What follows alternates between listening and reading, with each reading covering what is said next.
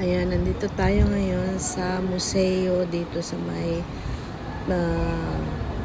lagpas ng Piazza Dante. Ayan, pasukin natin kasi pagka ganitong first Sunday of the month, every month, basta first Sunday, libre po yung pagpasok dito sa loob ng museo. Kahit saang museo or kahit saang mga palazzo dito sa Napoli. So, ang pinapakita ko ngayon sa inyo guys ay ito yung mga tomb ng mga kauna-unahang mga hari nung unang panahon dito sa Italia. So, ganito yung tomb nila. Napakaganda, dinedecorate nila, nilalagyan nila ng mga figures ng mga tao. Yan. And then, ito yung yung loob. Yan, mga kwan din yung mga yan. May mga kwan din yung mga estatwang yan. May mga, kumbaga, katungkulan din nung araw. Yung mga ginagawa nilang mga estatwang yan. Kumbaga, just to remember yung mga kwan nila. Itsura nila nung mga araw. Yan. Di kaya ng light. Ganyan lang siya dito. Yung mga museum dito. At saka yung mga museum na ginawa nila rito, parang yung mga marmol, ganun ka bibigat yung mga yung mga estatwa na ginagawa nila. At yung ceiling nila, talagang pinaghirapan. Talagang napakaganda ng decoration, at saka napakataas ng ceiling na nila rito. Bakit? Ang ganda ng mga estatwa na nandito.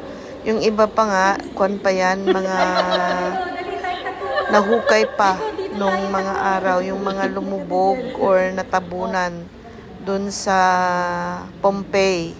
Yung iba dyan, dinala rito sa museum dito sa Piazza Dante. Kagaya ng mga painting na yan, napakaraming galing doon. Yan, mga preserve talaga nila, mga antique. Yung mga kwan na yan. Yan, yung mga yan.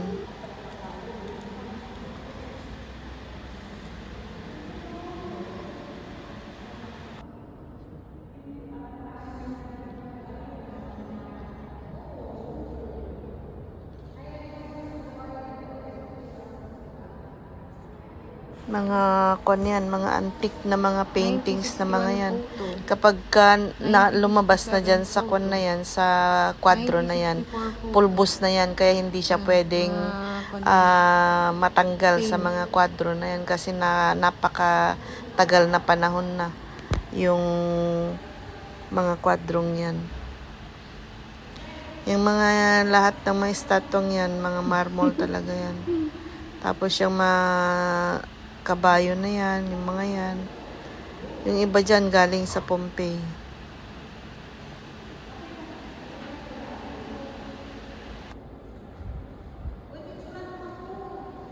Yung gamit sa kabayong yan, mga bronze, brass. Yan, talagang metal na matitibay.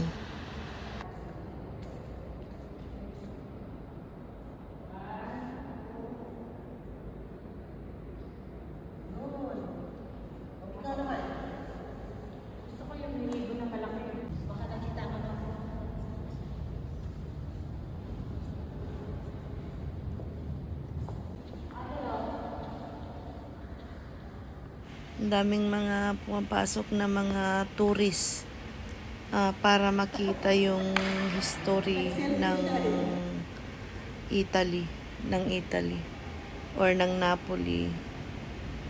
Yung mga yan, ang daming mga paintings, mga old paintings, mga 100 years ago. Hindi lang 100 years ago yung mga yan.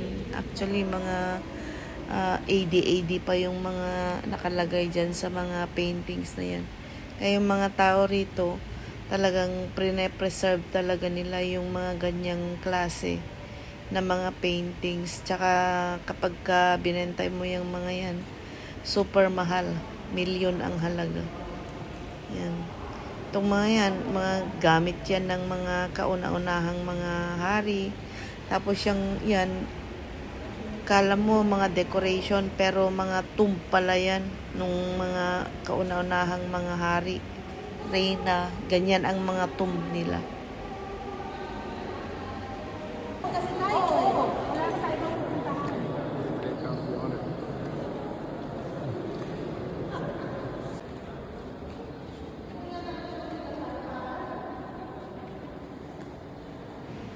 Ito, makyat kami sa taas. Tiningnan namin kung ano yung nandito sa taas. Maganda rin, napakaganda rin dito sa taas. Eh. Yan, talagang kwan nila. Ginawan talaga nila ng matibay na kwan. Ma-appreciate mo talaga yung kwan, yung mga gawa nung unang panahon kasi talagang matibay yung pagkakagawa nila. Yan, mga kwan yung mga yan. Galing pa sa Pompeii, yung mga books na yan, mga history books nung araw. Mga brass yung pagkakagawa. Mga bakal.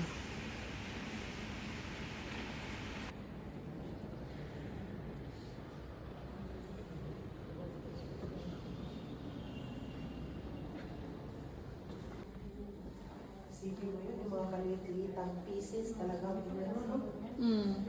Mga banga pa noong araw, oh. Talagang alam mo yung pinagtsatsagahan talaga nilang kolektahin.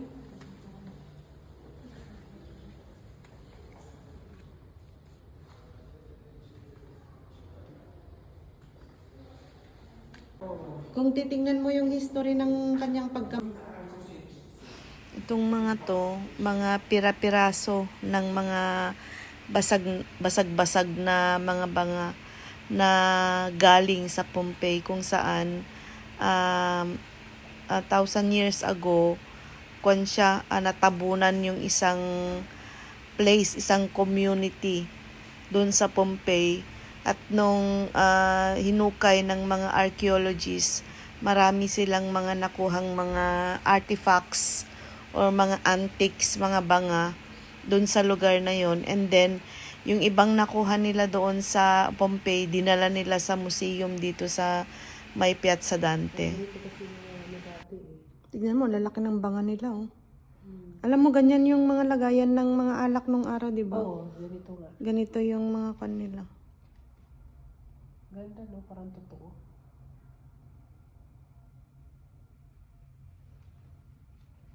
Magandaan kasi furniture.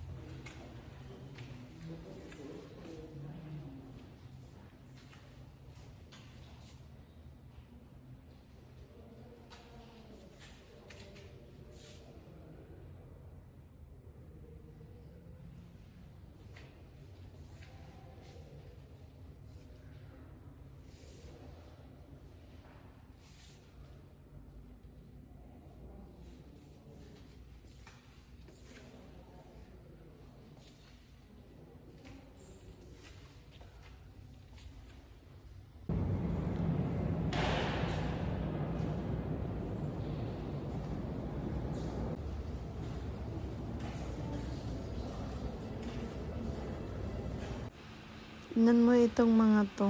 Ito yung ginagamit nila sa tuhod ng mga gladiator. Tapos ito, mga bakal lahat yan. Pangkuan naman nila sa helmet naman nila nung araw.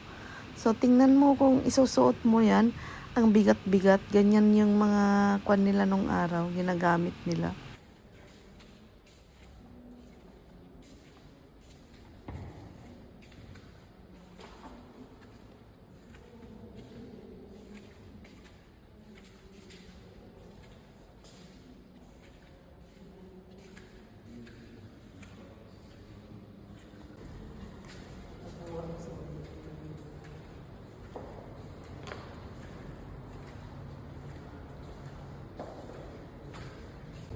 Tingnan mo naman na ano, magdapit.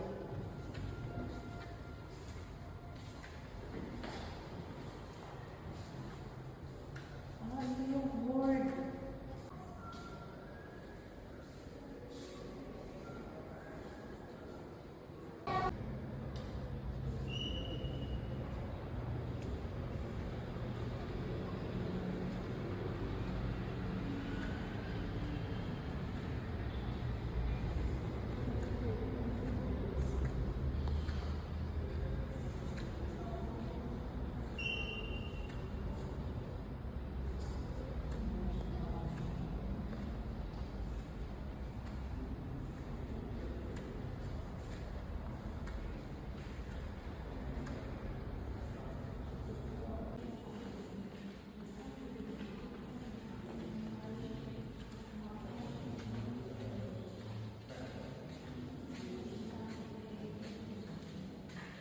Mga baso nila noon.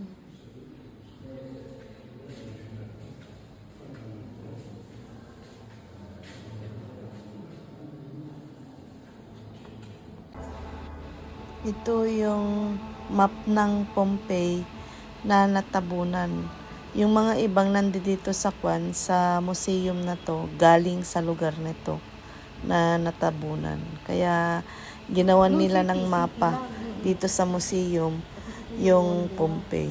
Kaya ito yung kwan nila, yung pinakamapa. Itong lugar na to, wala na ito dito sa Napoli. Kumbaga natabunan na siya. Pero dinig ng mga archaeologists, kaya nagkaroon sila ng mapa na ganyan.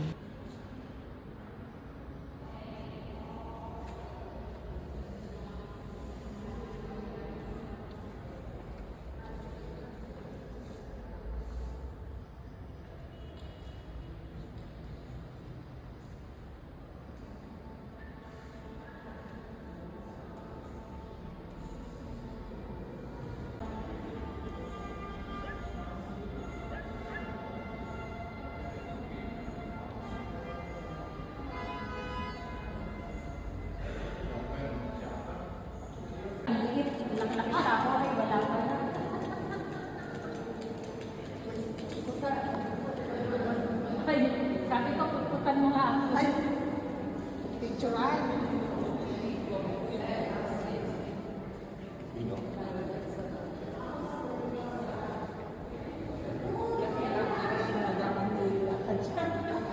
Piazza Dante, loro stanno già pensando, quindi siccome loro cominciano a scendere verso Piazza del Biscito.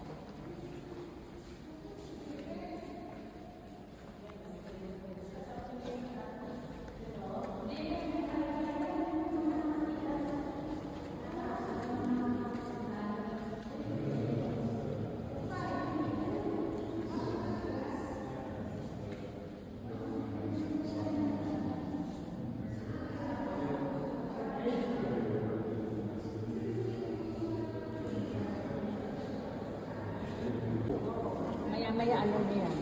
Dahil na ng mga Napolitano.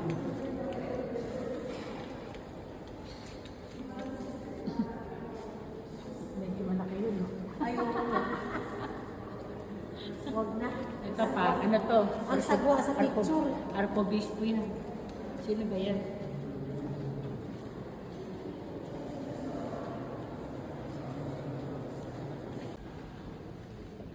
Ito, lalagyan pa nila to. Hmm. Sigurado. Ayan na nga yung picture, oh. Nilalagyan ko mga sensor.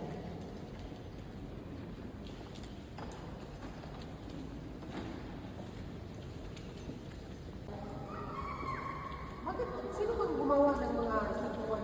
Ganyan kasi ko talaga. Kasi doon nga eh, At least ito tinakpan. hindi mo sa pangki dito no mo. Ito, Walang nagtitinda ng malaki pangki. din.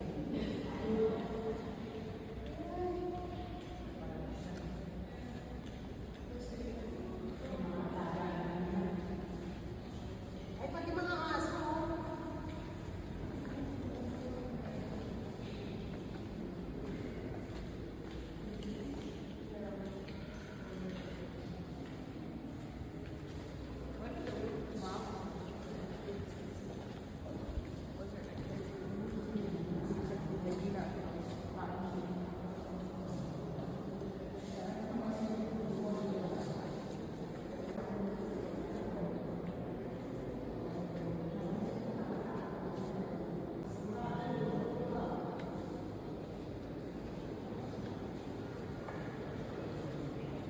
That's why po.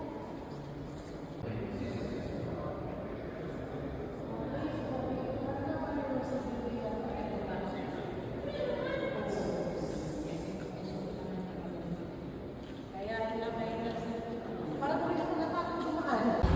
April nga dapat. Dito eh, diba? May smile pa naman ako. Dito na tayo baka. Ay, natatamawin ko. Mahilig yan.